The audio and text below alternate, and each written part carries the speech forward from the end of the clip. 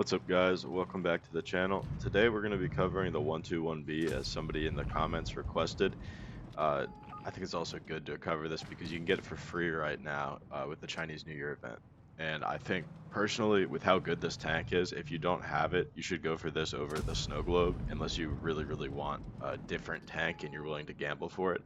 But I've opened 2 snow globes so far, and I've gotten tier 8 tanks out of both of them. So I think if you can get enough of the coins, I don't really know how the event works to get this tank, it's really worth it. This is a very good medium tank. I'm going to be going over, like, just in general how I play it. Starting off with, like, general attributes, it's got very good frontal armor. It's that Russian style medium tank build that the Russian and Chinese medium tanks have. You know, they have a good upper front plate, weak lower front plate, but it's small, weak side armor, but it can be angled, and an extremely strong turret. As you can see in that guy's armor profile there, the whole turret is red. Now, up close, you can pen the turret with heat, so you can't stay still, but on ridge lines, using your gun depression, this thing's upper front plate and turret are extremely strong, and you can really hold lines very well with it. On top of that, not just the armor, you also have a really good gun. I think this thing has 390 alpha. I'll double check that, but 390 damage every 7 seconds is almost like the perfect balance in my opinion, because you don't have a gun like a true Russian medium, like an Object 140 where you shoot every 4.5 seconds, but you only do 310. This thing hits hard. You do 400 damage a lot, 475 max roll, and it's not like you have to wait 15 seconds to shoot. Not that you would, but you don't have to wait very long, and you do a lot of damage. So it's like a perfect medium balance of damage and DPM. It's just a really good tank in general. It's a very good all-rounder. On top of that, it's, you know, normal speed. It's like a T62A, all of them. They're pretty quick, and then it also gets enhanced engine power boost. It has super consumables, so that's pretty cool. I mean, doesn't really need them, but the enhanced engine power boost really makes this thing have very quick traverse speed and acceleration. Some negative attributes that I've noticed about this tank are the camo rating is really poor. I run optics because it's a medium tank, gives you 287 view range, but the camo is 50 stationary, 44 while moving, and 11 while firing. So 50 stationary is really bad. You get spotted through bushes a lot, but to like counteract that, if you position yourself properly in the bush, even if they spot you, they can't pen you anyway, so it kind of gives you like a trade-off. Like if you're in a tank that could get penned easily and you get spotted like that, you're taking damage. This thing, they're going to bounce you if you position yourself properly. Another thing is you get lit on fire constantly. It's really annoying. You can't really avoid it. I run defense system, so that reduces all of that stuff anyway, but you get your ammo rack hit on the right side of your hull, your fuel tanks on the left side of the front of your hull. It's just very easy to crit this tank, so you have to play with your armor. You can't really just let people pen you. I've been ammo racked from half HP one time, and so it does happen. You just got to be careful because it has weak modules. It is what it is. The rest of the tank is really good, but one thing I really hate is a vehicle that has weak modules. Anyways, moving on. This is one of the earlier games that I had in this vehicle. It was a pretty good game, and I kept getting games on this exact same map, so I only could pick the best one, and it was probably this one on this map. But anyway, nobody was going park, so I decided to go to the center here so that I can spot across park and the road to my left to see if their heavies are coming, and the road to my right. We see an E5. Since my team is pushing up so far on my left side towards A, I know it's safe to be on this side of the little pillar here, and I also have, I didn't even mention, we have adaptive concealment, so I know that E5 didn't spot me. And I'm going to sit up here so I can spot the crossing through park, right where my crosshair kind of is. Yeah, right there. That's where a lot of tanks drive through, and if you sit up here, you can spot them crossing. Now, I know that that's going to happen. It's just good information for my team to look at. Now we're going to get a little bit aggressive on this E5 here. This is kind of unnecessary, but my team is coming down the road behind him, so I want to pressure him while he's in a really bad position. I was thinking he would actually be looking at my team and not me, which he ends up doing, but for some reason he didn't notice the 2 tanks behind him and decided to drive to me. We're going to keep taking his tracks off because every time he gets shot with his tracks off, we get assist. As you can see, we have 1400 damage assist now. And what we're going to do is we're going to kind of use the terrain against this Foch here because he has a big roof and a lot of weak spots that are pretty easy to hit. And this, I don't even know what you call this piece of terrain. Whatever it is, makes it so I can just easily shoot his weak spots if I aim properly. So we're going to kind of abuse this a little bit while our team takes the spawn away from them. And this E3 is pushing up. Now, I can't pressure the Foch anymore because if the E3 sits in that bush on top of the hill, he can shoot me. So I'm going to just completely leave this area because the spawn is already kind of taken. But we also have this AC Solano who just decided to drive right up in the middle, and now we can put him in a massive crossfire. So we're going to try to save our BZ-75. I don't think I end up saving him, but while the Solano is distracted on him, I get free damage here. And this Centurion is next. They're pushing in on this side of the map, and I'm just going to kind of clean them up from this side while they push through.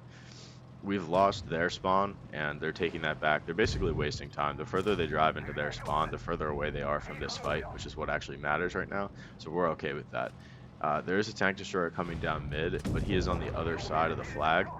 So we don't have to worry about him yet. And since we know the E3 is in their spawn, we know where their 121B is, we can pressure this Foch really easily. Minotauro is going to take some shots into him. We know he now only has one left. We're going to aim for the tracks so that we can get around him. And the E3 is finally caught up to us, so we're going to have to be careful here because we can only take a hit from one of them. Good thing we finished that guy before he can actually turn to shoot us. And we're going to back up here to keep this E3 into a crossfire. If he wants to keep driving forward, he's going to have to choose to look at me or the Minotauro. While we let that happen, we're going to try to kill this 121B. Or at least help kill him, because if he killed the chieftain, that could have put us in a poor situation. Now that the E3 has decided he does want to drive forward, we have the crossfire set up perfectly, and he is in the middle of it, and that's game over right there. Free farm.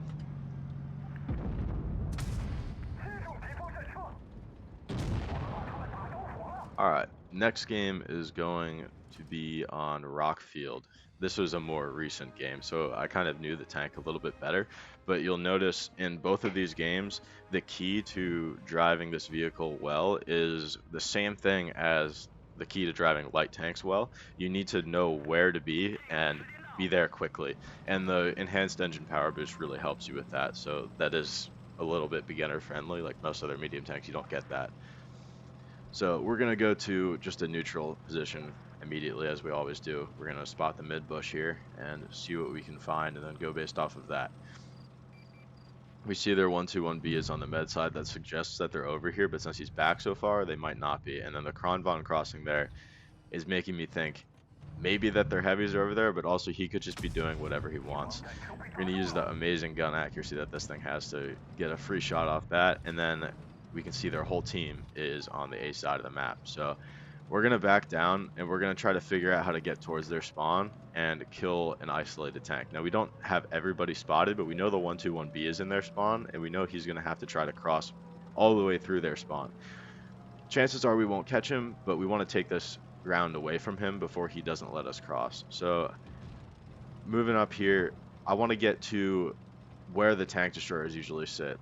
Like right in front of us before they spot me, because if they spot me here, and I think I've done other videos highlighting this, if you're spotted crossing this area, you usually take a lot of damage, but we get just into cover by the time we're spotted, and the Kanonen gets there a little bit late. If we had gone later, or the Kanonen had gone earlier, we would have been spotted crossing the spawn, and we would have been shot by the VK and the 121B and the Kanonen, and probably lost most of our HP. Now that we have this corner hold, we are isolated, so we have to be careful, but we do have side shots on a lot of their tanks. We're just going to look in towards the middle here and just get free damage on this K91, but I am keeping in mind what this VK and 121 are doing, because if they decide to push me, it's very difficult for me to run from this area. So what I'm going to do now is I'm going to focus on the 121B, because he's the biggest threat. He can start a brawl at any time that I can't get out of, and then the VK will catch up. So I'm going to try to knock him down and see what he does, and it looks like they're both pushing me immediately.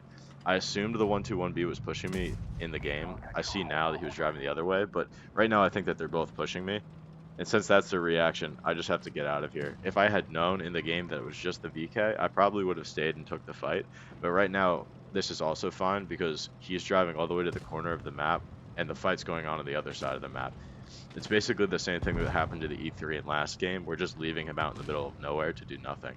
We're going to come back and help this Type 5 out just so that we can kill this medium. And the 121B apparently had the same idea as me. But since they're both shooting the Type 5, I get this pretty much for free. You'll notice that while I'm reloading, I'm making sure that I'm not getting shot from other angles because I know these mediums aren't paying attention to me. extremely poor shot by me there. I should have easily been able to kill that 907, but I didn't. But I'm going to use the reload time to get into a position to kill him and put a rock between me and the majority of their team so I don't take any extra damage here. This game's pretty much over, so we're just going to clean up the farm. We know where the VK is. He can't really move from there. He's probably just going to sit there for the rest of the game. The K91 is also stuck, but the E100 is up top of A with almost all of his hit points, and I kind of want that, so that's why I'm going for A. I want to get as much farm as I can. He spots me coming up. I'm not really too confident in his ability to kill me, so I'm not too worried about it. I'm just going to keep driving. He barely notices me in time. So we're going to get some pretty good farm at the end of this game. But to recap, 121B, you're getting a really good brawling medium tank. You have a very good ability to hold ridge lines, positions, all of that, because you have really good armor, you have really good DPM, your gun hits hard. The alpha is really good for like finishing off one-shots because a lot of people get down to that 400-ish HP mark where usually in the tanks I play I wouldn't be able to kill them in one shot, but since this thing does 400 damage pretty much every time it shoots, you can end up having an easier time carrying games. Just always remember, positioning is key. Any tank, if you get caught out, you're not really going to be able to do anything and you'll just die, especially lights and mediums. But with this thing, there's a lot of positions that you can work really well.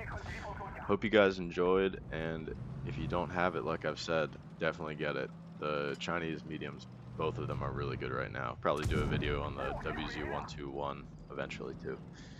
So have a great day.